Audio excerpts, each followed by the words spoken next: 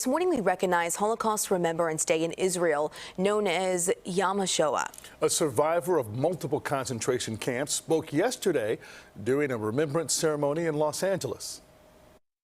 I am here to tell you, and you realize that I am here and you can watch me and hear me. He didn't win. I am the mother of 2 sons, the grandmother of 3 grandchildren. I won. We won. Love won. Thank you. Candles were lit for the 6 million Jewish people who were killed, along with other minorities. And we now welcome in Kelley Szany, who's the Senior Vice President of Education and Exhibitions at the Illinois Holocaust Museum in Skokie. Kelley, good morning. Thank you for being with us. Good morning. Thanks for having me. We know you had a busy weekend. There was a gathering yesterday. You honored survivors as well. Can you talk to us about the importance of this holiday and how anyone who's watching this morning right now can pay tribute even at home? Sure. I mean, just seeing the words of that survivor just really touched my heart, because what I think Yom HaShoah really speaks to is not only that special day of remembrance of the 6 million Jews and millions of others who were persecuted and murdered during the Holocaust by the Nazis and their collaborators, but it also speaks to the strength and resilience that we can find in this day. And I hope that as people are pausing and remembering today, take the opportunity to perhaps light a candle, say a prayer, or even visit Illinois Holocaust Museum's website and hear the voices of some of the witnesses of the Holocaust, which sometimes I think is the best way to honor and remember this day.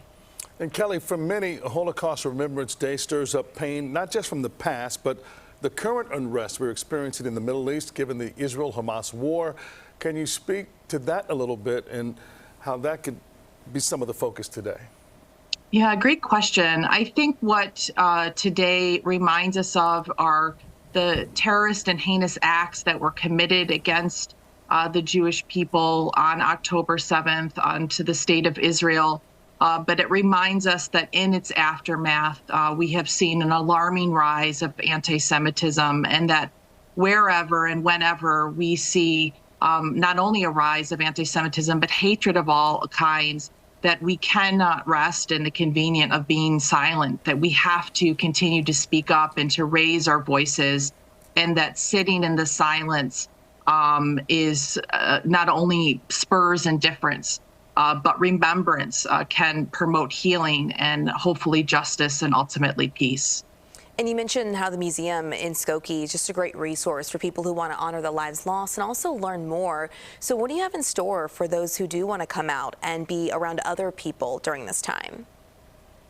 So we encourage you either to visit our website, which is ilholocaustmuseum.org, where we have a host of different resources, including a survivor portfolio of voices and stories to share, or to visit our museum, which is in Skokie, Illinois, which has 4 different core exhibitions. You're looking at photographs here of our core Holocaust exhibition. We have virtual reality films, survivor holography, and a new Voices of Genocide exhibition that just opened last week.